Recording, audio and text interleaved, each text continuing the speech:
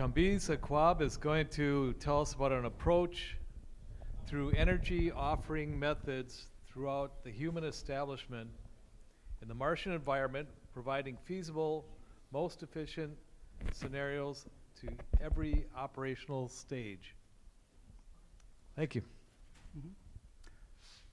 Hi, my name is Kambiz Eqbal, and today I'm going to be presenting a two-member team, including me, obviously, and an old friend and coworker of mine, Hadi Nouri. So unfortunately, he could not be here with us, so I'm going to be doing this whole thing on me. So yeah, so let's just get into it. Okay, so I'm an industrial engineer, and for those of you who might not know, it's a major basically focused on solution finding, improvement and efficiency throughout every, I would say, operational or manufacturing system. So with that said, so we had this topic in mind, and this project has been going on for about 2 months. So there's still a lot to it, which I would say could be better, more including in a lot of aspects, which we're working on. But still, it did not stop us from wanting to present it here, and hopefully we'll be able to make some valuable points. Okay, so yeah, let's just get right into it. By the way, that 2 months thing is going to kind of a little bit explain the part of the the PowerPoint, which is going to be, it's not the best PowerPoint today, okay? So just bear with me. So this is the presentation overview. We're going to go to objectives and perspective outlines, methods, kind of some characteristics of the Mars, some analysis, which I'm going to talk about, and then some other more input, conclusion, and hopefully some resources. Okay, what we're trying to do throughout this whole project, and I'm kind of trying to, I'm going to point out in here, is work on a methodology that can give us point of view and a method to evaluate all the methods that can generate energy, power, which is going to be kind of the most important things we're going to deal with in there. And actually what's being tried to be done is a way to put together all these methods and see all the positive aspects to them, all the, let's say, efficiency, specific ways, and whatever that can kind of bring an improvement to different aspects of this mission, and kind of have a good point of view about selecting them, so that in total, it can make it easier for, organizations, entities to make decisions, and hopefully can kind of take away the effect of third parties who are, always kind of making this whole thing postponed over the time. And actually what we're trying to kind of say is that this kind of thing need to be done more and more, and hopefully it will not initiate it, but push it forward a little. Okay, and we will be demonstrating a multi-criteria analytic method, which is called TOPSIS. And what it does is, when we have a method, when we have a technology, it has different specifications to it. And usually you can, maybe just by taking a look at it, have a kind of opinion of which one's better and how they kind of position and stand to each other. But throughout this method, what this method does is interesting to us is it magnifies how many of those specifications can make that method better and superior to other methods throughout that category. And as well, magnifies the aspects that are the worst. So ultimately, what we're going to be provided with is the items and options, which are going to be mostly interesting for people who are going to actually provide the supplies and actually going to do it. So the most efficient ones and the more feasible ones are going to be kind of magnified. And actually, that's how they're going to be valued. So let's just say if a method is weak at 2 points, let's say in a 5 category of specifications, you could say that that method almost does not have a chance. And accuracy is a big part of this method. So actually, you will see more about it when I go through it, but that's really interesting, and I think that is a kind of fundamental difference between this kind of analysis and the more simple ones. So finally, we'll actually, after we have some quantities and some points of view about every method throughout every operational stage and phase of this mission, which is, by the way, going to be flexible from our point of view, and we're going to have some routing and some scenarios, which is definitely going to be the purpose of this whole thing, to see how it's going to help us, actually. Okay, and finally, we can definitely evaluate how this method can be better, more matured, and actually cover more areas. Really quick for information, an electrical power system has 4 different areas. So power source, energy storage, power distribution, and power regulation and control, which the first one, definitely, as you saw in the title, is going to be what we're going to be talking about today more. We're going to get into the energy storage a little bit too, but the rest, hopefully, it will be done in the next stages of our project, which is something we are really, really enthused about to kind of keep working on and have better outputs over the time. Okay, this is the fraction of the phases of this mission. Excuse me. So what we tried for this actually fraction and structure is to be flexible for different architecture of the designed missions. We all have heard of some of them. And so what we tried for this is to be flexible to fit into kind of most of those and definitely architectures, and definitely make sense and be of a good feasibility. So I'm not sure if you can see the lines over there. Sorry about them. So it's actually, okay, that Mars power generation has 5 phases or 5 stages to it, which are not they're not necessarily in order, but okay, let's just get into it. So the interplanetary transition, the phase that actually say it could be a manned transition habitat or an unmanned one. And depending, it could be like for an initial phase, like I would say flyby, or depending on the architecture, again, it could be like an ERV, actually transferring some stuff for the initial arrival, or it could be the initial manned mission that has actually some crews into it. So we put 3 categories into it: photovoltaic arrays or solar power, fuel cells, and secondary batteries. And we will get to all those items. And then so assuming that the first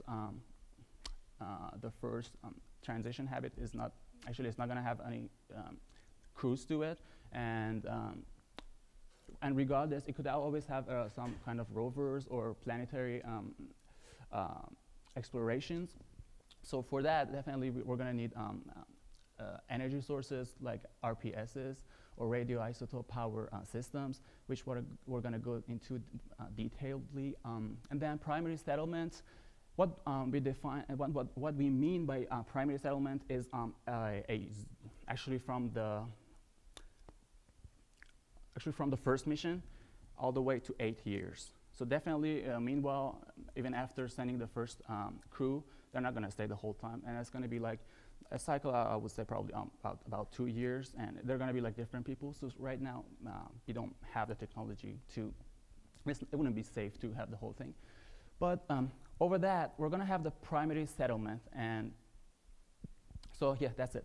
And then long-term settlement, and what we mean by long-term settlement is an establishment of 8 to 20 years. That's how far we could go and see it right now, and which is going to be of fission reactors, geothermal powers, and fusion reactors. Sure, there could be theories and methods added to it, but that's how far we have gone up to this point. And then we're going to as well be talking about storage methods. Okay, these are shortly some of the constraints on actually Martian geography. This is going to be like, as you know, temperature. So the temperature, I'm going to do this real quick. So the temperature is going to be like averagely minus 40 to 55. So it's going to be way colder. Also the frequency change and actually I would say, the amount of change throughout the day due to the thin atmosphere of the Mars is going to be way different. So that's going to be kind of affecting the whole thing. So dust density and frequency of the actually dust storms happening in there is going to affect us, especially throughout the solar methods. And then those are receiving solar rays, which is definitely going to affect the methods, radiation and smaller gravity. Okay, RTGs. They have been our friends. They have relieved us for a quite amount of time right now. They are getting better and better. So part of the things that brings actually their reliability, as you see in this really short and simple graph, is how much of their efficiency they kind of lose over the time, which is going to be really, really, really quick, really, really actually small. And so as I said, they're reliable up to a certain point of generation of power, and they are getting better in two I would say, general aspects of efficiency throughout this material. Sclerite, you might have heard of it, which is going to provide the conductivity of metals as much as installation of glasses. And so that's going to be on the efficiency part. And throughout the actually peak power, the Stirling ones is going to be kind of a good choice, which is going to actually combine the gas inside with the pistons. And it's going to turn actually the whole concept of thermocouples into a mechanical generation sort, which we'll get into actually more. Fuel cells, what I like about them is their efficiency. So there are of different varieties, but in the most kind of used ones, hydrogen, heated water, and oxygen with their electrolysis and getting electricity is going to be a big part of our missions. Photovoltaic arrays, they have been around for over 40, 45 years now. They're getting better and better. What kind of is a upside about it is how fast they're getting better. So that'll probably, depending on how far we're looking into our missions, can be better and much better. And kind of the challenge about those is the dust features of the Martian actually features. And then batteries. So what is important when selecting batteries for backup features is their rechargeability, lifetime, temperature, environments, and ruggedness and weight. Again, we'll get to all those items more and more. Nuclear fission, we all know about it probably, just using the strong nuclear force of their, using neutron, and then it's been already used in here. It provides a big amount of power and actually peak power, which is going to help. Nuclear fission, it's a complicated, and by complicated I mean confusing, because it's been around for a long time. There have been promises, but we're not exactly sure how we can count on it. But and that's part of the project that we still haven't gotten into a lot. So I'm going to pass on that a little kind of faster. But anyways, we'll get to all those items. Geothermal, which in our opinion is going to be one of the items that are going to be very, very reliable, especially in the long term, which is going to be, I would say, over 10 years or maybe even 15 years after the initial settlement. But the concept is simple. We all know that volcanic activities have existed on Mars. So by the time that we can actually provide, by estimation, I would say over 500 kilowatts power in there, and we'll have enough facilities, which is going to be actually after, I would say, quite amount of missions. So we can get into that. That's part of the actually long-term plans that we're going to be presenting. Okay. So before going to the analysis method, I'm going to real quick take you through the TRL levels, which you might have heard of, but for those who might not, it's just a grading of the new concept and technologies. So TRL1, or technology readiness level of 1, is the basics when that actually concept is born. and all the way to when it's talked about more formulated, demonstrated, so that actually it's maybe the physical version of it is built, tested, all the way to actually TRL 9, which is when we have actually tried it out and it has successfully passed a mission. Okay, so these are all selections of all those categories. So in fuel cells, we have 3 items, as you see, with some specifications with TRLs. So what I'm going to let you know from now, this point is for analysis, for evaluating these kind of methods, we definitely need to prioritize and weigh our specifications depending on how much of a priority they are to us. So it's inevitable, but it's from that point on that it gets interesting throughout our method.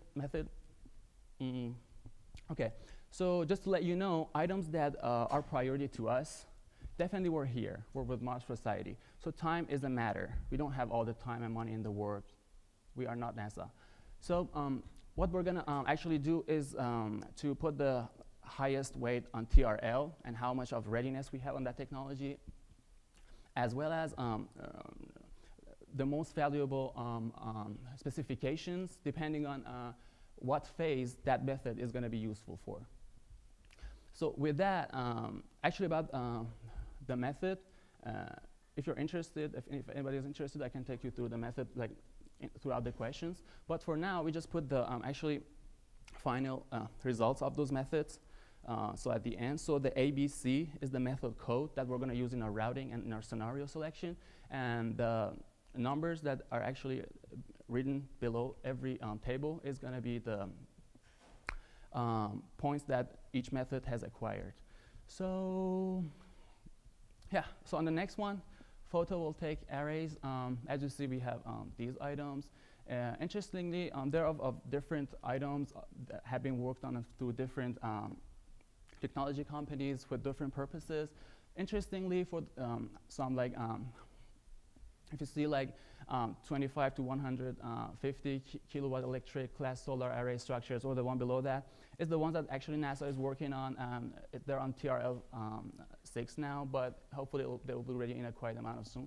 So, which are going to specifically be designed for Mars project. But as you see, they have had a big improvement in stored volume efficiency and as well as specific power. I mean, they're not too bad. So how that can help us actually is to kind of pack and put together more and more of those with, I would say, with priority of less volume occupied with those methods, with those power generation systems, and as well as definitely weight, which is going to be kind of part of our priority for every interplanetary mission, as well as others. Definitely the super popular multi-junction solar arrays, which are actually being used quite often in all the satellites and interplanetary, not interplanetary actually, mostly satellites. So the functionality of those could differ, but still those are part of the constraints that we're going to look into actually in routing process. So we have the CLIs, CLI A, it means that the final points of that method. Then we have radioisotopes. I already talked about it a little, so we have different sorts of it throughout different generations. We have TRL 9. So if the TRL is 9, it means that we have already tried it out and it's been successfully available now. So as you see in which area, each of them are actually stronger and can help us better. But other than that, as you see, reliability is a big part of this method, as well as the points that you can see underneath. So throughout every I would say category of methods, we have a winner, but that winner is not but that winner is not necessarily going to be the best option, because it's still going to depend on the constraints that we have. So fission reactors, you see the methods, you see the actually final points, and secondary batteries, and by that we mean rechargeable batteries. Again, from different technology, different availabilities, and different points. So this is how I shortly, because, okay, ultimately, this system, this methodology, is going to be auto-formulated and actually act autonomous. What I mean by that is formulated in a way that we can just prioritize what matters to us by numbers, by weights, and everything else, depending on that, is calculated. And that requires one, including all the methods out there, regardless how conceptual they are, because that being conceptual factor is going to be part of another number in here, which is going to be, factored.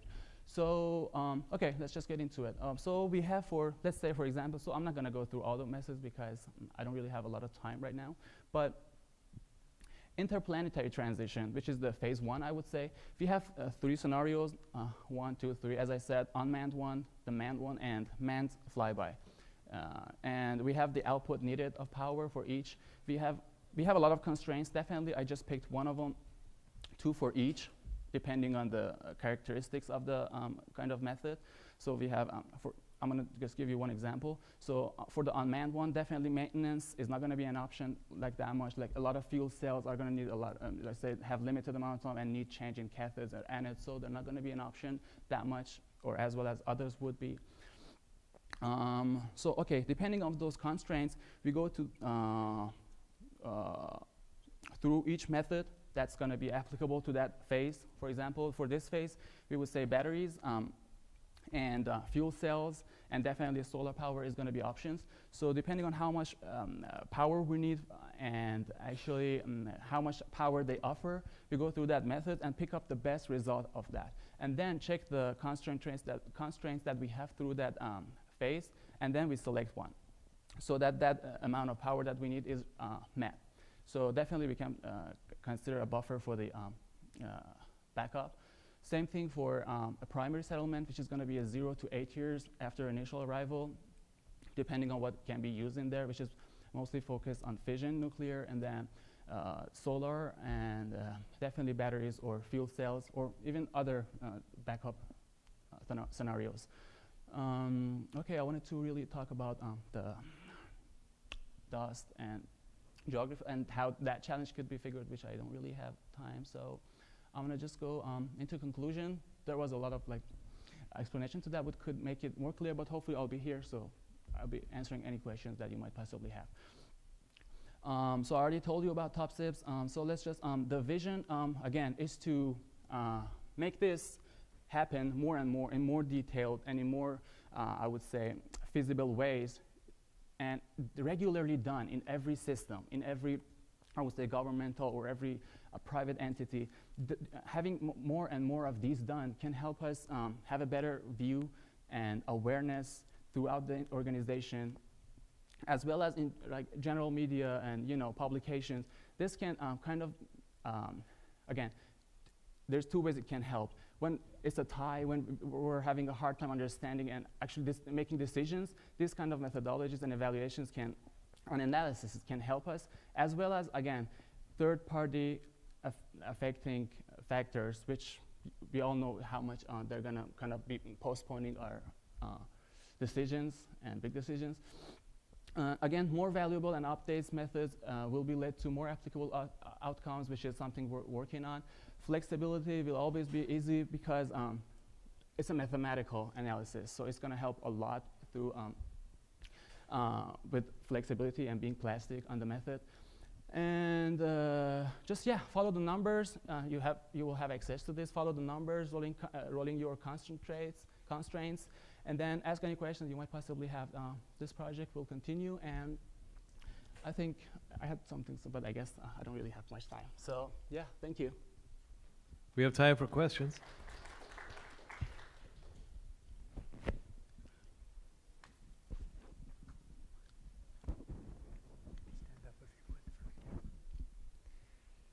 Is your intention to have the system completed and then make it available to system designers, or are you going to have to come with it? Actually, I'm going to say our first priority and focus is on, because right now it's just a demonstration. As I said, we have barely been working, I would say 5 weeks, and so it's been even less than 2 months. But so what our priority is to have it kind of more covering and more involving. So all the factors, again, we want to have more methodologies, no matter how conceptual, how experienced they are.